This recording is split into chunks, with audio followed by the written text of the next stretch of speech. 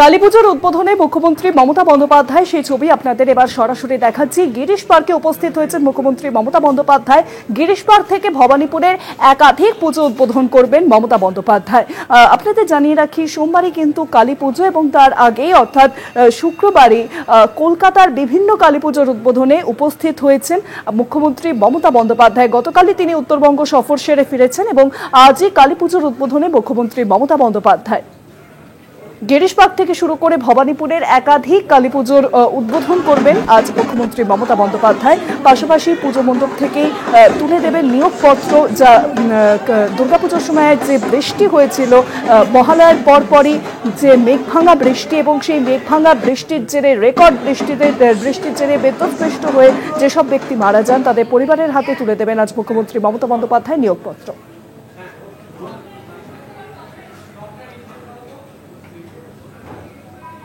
মুখ্যমন্ত্রী মমতা বন্দ্যোপাধ্যায় আজ একাধিক কালী পুজো উদ্বোধন করবেন।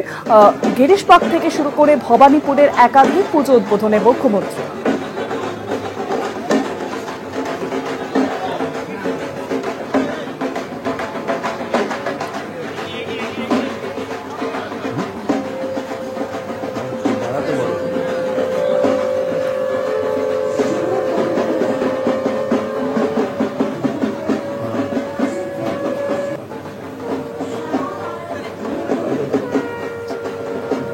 পুজো মণ্ডপ থেকে নিয়োগপত্র দেবেন মুখ্যমন্ত্রী মমতা বন্দ্যোপাধ্যায়।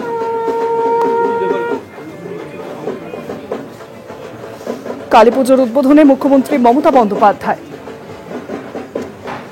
গিরিশ পার্ক থেকে ভবানীপুরের একাধিক পুজো উদ্বোধনে মুখ্যমন্ত্রী, সেই ছবি আপনাদের দেখাচ্ছি সরাসরি। সঙ্গে রয়েছেন মন্ত্রী সুজিত বসু, দমকল মন্ত্রী সঞ্জিত বসু। প্রাকৃতিক বিপর্যয়ে মৃতদের পরিবারকেও নিয়োগপত্র দেবেন মমতা বন্দ্যোপাধ্যায়।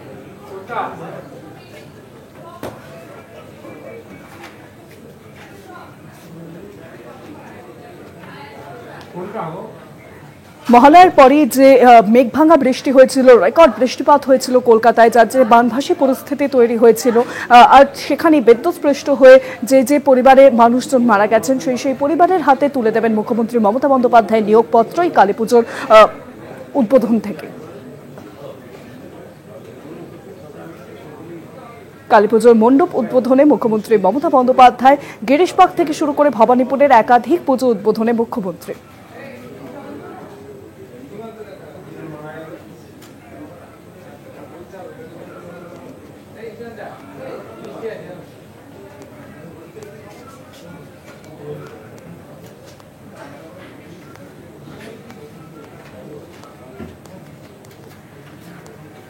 আরো জানবো, এখন ফোন লাইনের সঙ্গে রয়েছেন প্রতিনিধি দেবাশিস সেনগুপ্ত। দেবাশিস দা, আজ কতগুলি কালী পুজোর মণ্ডপের উদ্বোধন করবেন মুখ্যমন্ত্রী মমতা বন্দ্যোপাধ্যায়? এই মুহূর্তে তিনি কোথায় রয়েছেন? দেখো, এই মুহূর্তে মুখ্যমন্ত্রী মমতা বন্দ্যোপাধ্যায় ছয়ের পল্লী সার্বজনীন পূজার উদ্বোধন করছেন গিরিশ পার্কে। এটা মূলত স্মিতা বক্সি, সঞ্জয় বক্সি, সৌম্য বক্সিদের পুজো। দীর্ঘদিন ধরেই মুখ্যমন্ত্রী এখানে আসেন এবং এই পুজোর পরে তিনি চলে যাবে, সেখান থেকে তিনি চলে যাবেন জানবাজারে একটি পুজোর উদ্বোধনে এবং সেখান থেকে তারপর তিনি যাবেন শেক্সপিয়ার সরণি থানা এটি পুজোর উদ্বোধনে এবং সেখানেই তিনি সরকারি বেশ কিছু, সেখানে গত কিছুদিন আগে যে প্রাকৃতিক বিপর্যয় হয়েছিল সেই প্রাকৃতিক বিপর্যয়ে যারা নিহত যে শহর এবং শহরতলি, সেই 12 জনের হাতে নিয়োগপত্র তুলে দেবেন। তারপর তিনি যাবেন ভবানীপুর অঞ্চলে সেখানে ইন্ডিয়া ক্লাব এবং ভেনাস ক্লাবের সেখানে প্রতিমা সেখানে উদ্বোধন করবে। এবং এই মুহূর্তে মুখ্যমন্ত্রী মমতা বন্দ্যোপাধ্যায় ছয়ের পল্লী 5 স্টার যে ক্লাব আছে সেই ক্লাবের সেখানে কিন্তু উদ্বোধন তিনি করছেন, মূর্তি উন্মোচন করছেন। সেখানে রয়েছেন মন্ত্রী, রয়েছেন চন্দ্রিমা ভট্টাচার্য, রয়েছেন ডেপুটি মেয়র অতীন ঘোষ, রয়েছেন সুজিত বসু, রয়েছেন মালা সাহা, রয়েছেন জুন মারিয়া, বিবেক গুপ্তা সহ বিশিষ্ট রয়েছেন। সেখানে রয়েছেন জ্যোতিপ্রিয় মল্লিক, স্বপন সমাদ্দার সহ এলাকার বিভিন্ন কাউন্সিলর, তারাও কিন্তু এখানে রয়েছেন। অর্থাৎ সব মিলে একদিকে যেমন পুজোর উদ্বোধনের পাশাপাশি কিন্তু মুখ্যমন্ত্রী মমতা বন্দ্যোপাধ্যায়ের যে কর্মসূচি আছে শেক্সপিয়ার সরণি, সেখানে কিন্তু তিনি যে কথা দিয়েছিলেন, এর আগেও আমরা দেখেছি উত্তরবঙ্গে তিনি কিন্তু যারা বিপর্যয়, যারা 10-এ নিহত হয়েছে তাদের পরিবারকে ক্ষতিপূরণ এবং পাশাপাশি তাদের চাকরির নিয়োগপত্র করে দিয়েছেন। আজকেও ঠিক শহর এবং শহরতলি যে মারা গিয়েছেন 12 জন, তাদের হাতে কিন্তু নিয়োগপত্র তুলে দেবেন, এমনটাই কিন্তু জানা যাচ্ছে। সব মিলে যে কয়েকটি তিনি পুজো উদ্বোধন করবেন এবং তার পাশাপাশি কিন্তু সেখানে নিয়োগপত্র তুলে দেবেন। মুখ্যমন্ত্রী কথা দেন সেই কথা রাখেন, তারও কিন্তু আবার একটা নিদর্শন দেখতে পাবে শহর এবং শহরতলির মানুষজন রাজ্যবাসীদের আগে দেখিয়েছে তিনি উত্তরবঙ্গে গিয়ে যেভাবে সাধারণ মানুষের পাশে ছিল, বিপর্যস্ত মানুষের পাশে ছিল, ঠিক তার নমুনা কিন্তু আজকেও দেখা যাবে, এমনটাই কিন্তু ধারণা বিশেষজ্ঞদের। অনেক ধন্যবাদ দেবাশিস দা। ফোন লাইনের সঙ্গে ছিলেন প্রতিনিধি দেবাশিস সেনগুপ্ত। পুজো মণ্ডপ থেকে নিয়োগপত্র প্রদান করবেন মুখ্যমন্ত্রী মমতা বন্দ্যোপাধ্যায়। প্রাকৃতিক বিপর্যয়ে মৃতদের পরিবারকে নিয়োগপত্র দেবেন মমতা বন্দ্যোপাধ্যায়। মহালয়ার পরে যে মেঘভাঙা বৃষ্টি হয়েছিল, রেকর্ড বৃষ্টিপাত হয়েছিল কলকাতায়, তার জেরে বানভাসী পরিস্থিতি হয়েছিল, বিদ্যুৎস্পৃষ্ট হয়ে মারা গিয়েছিলেন একাধিক মানুষ, এবং সেই সব পরিবারের হাতে আজ মমতা বন্দ্যোপাধ্যায় তুলে দেবেন নিয়োগপত্র। কালীপুজোর মণ্ডপ উদ্বোধনে মুখ্যমন্ত্রী মমতা বন্দ্যোপাধ্যায় ইতিমধ্যেই তিনি উপস্থিত হয়েছেন গিরিশ পার্কে। গিরিশ পার্ক থেকে ভবানীপুরের মধ্যে একাধিক পুজো মণ্ডপের উদ্বোধন করবেন আজ মমতা বন্দ্যোপাধ্যায়। সেই ছবি আপনাদের এখন দেখাচ্ছি সরাসরি কলকাতা টিভিতে।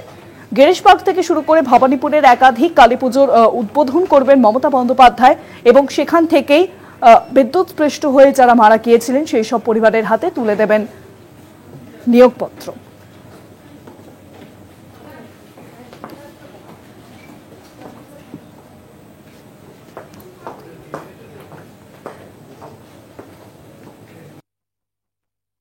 মুখ্যমন্ত্রী মমতা বন্দ্যোপাধ্যায় তিনি গিরিশ পার্ক রয়েছেন, কি বক্তব্য রাখছেন শুনবো সরাসরি।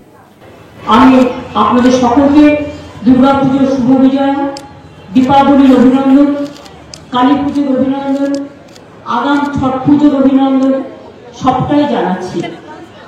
এর মধ্যে সাঁওতালদেরও প্রোগ্রাম আছে, গোর্খাদেরও আছে, নেপালিদেরও আছে, যাদের যা পরব আছে আমি সব পরবকে অভিনন্দন জানাচ্ছি।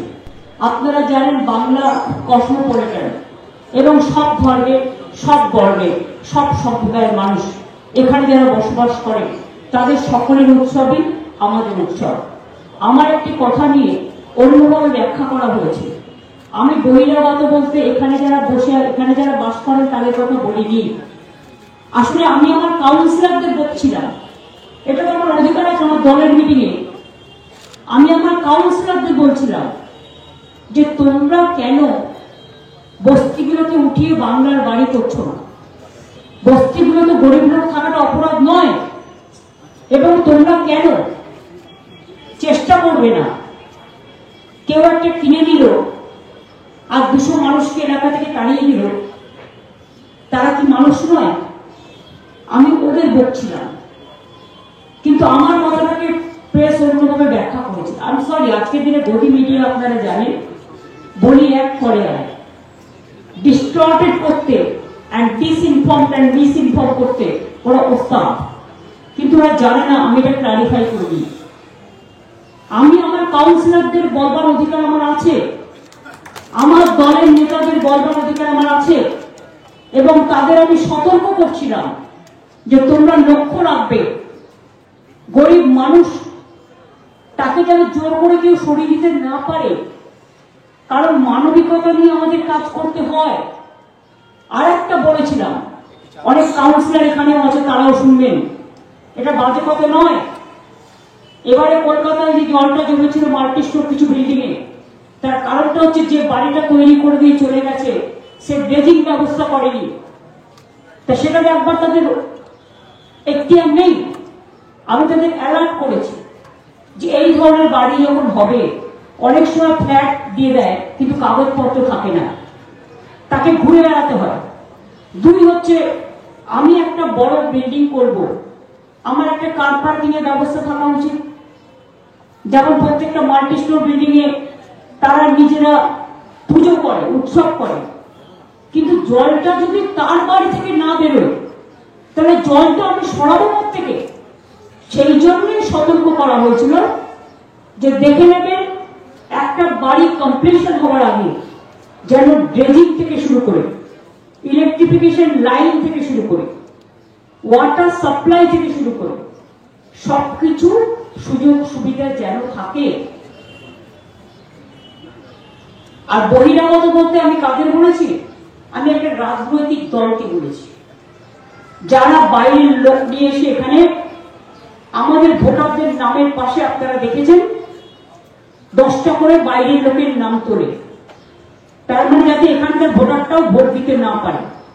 এখানে যারা থাকে তারা মোর দ্যান বেঙ্গলিজ, তাদের আমি সম্মান করি, ভালোবাসি, তাদের ডান্ডি নাচ থেকে শুরু করে, তাদের নবরাত্রি থেকে শুরু করে, তাদের প্রত্যেকটা হোলি উৎসব থেকে শুরু করে সব কটাকে আমরা পা মেলাই, হাত মেলাই। এটা মনে রাখতে হবে। ইলেকশনের নাম করে কিছু লোক বহিরাগত চলে আসে, বিভিন্ন হোটেল ভাড়া করে, বিভিন্ন গেস্ট হাউস ভাড়া করে, আর যাদের অনেক টাকা আছে তারা অনেক ফ্ল্যাট কিনে নেয়। সেখানকার বাসিন্দা নেই। বলুন তো, একজন লোকের যদি নাম এখানেও থাকে, আবার আর একটা প্রান্তেও থাকে, তা দুটো নাম তো একটা লোকের দু জায়গায় থাকতে পারে না, যে কোনো একটা নাম থাকতে পারে। এতে তো তার সে চিটিং করছে। তা সেটা কাউন্সিলরদের দেখার কাজ নয়, লোকাল লিডারদের দেখার কাজ নয়। এই কথাটা বলতে গিয়ে তারা ব্যাখ্যা করলেন অন্যভাবে। আমি নিজে জানি, আমি সব ধর্মকে নিয়ে চলে যাবি। ছট পুজোয় গঙ্গায় যাই, গঙ্গা পুজো করতে। আমি গঙ্গাসাগর মেলাও করিয়ে দিই, আমি ডান্ডি নাচেও যাই, আমি হোলি প্রোগ্রামেও যাই। আমার কাছে কোনো ভেদাভেদ নেই। আমরা সবাই বাংলার মানুষ। আমরা রামকৃষ্ণ পরমহংসদেবের সর্বধর্ম সমন্বয় বিশ্বাস করি। স্বামী বিবেকানন্দের unity strength and divide is fall, এটা আমরা বিশ্বাস করি। আমরা বিশ্বাস করি রবীন্দ্রনাথ ঠাকুরের সামনেই জোড়াসাঁকো ঠাকুর, চিত্ত যেটা ভয় শূন্য, উচ্চ যেটা শিব। আমরা বিশ্বাস করি সবাইকে নিয়ে থাকলে তবেই মানুষ ভালো থাকে। একজন আরেকজনের বিপদে ছুটে যাবে, এটাই তো বড় মানবিকতা, এর থেকে বেশি কিছু নয়। আমরা মায়ের পুজো এই জন্যই করি, দেবদেবীর পুজো এই জন্যই করি, মানবিকতাকে পুজো করি।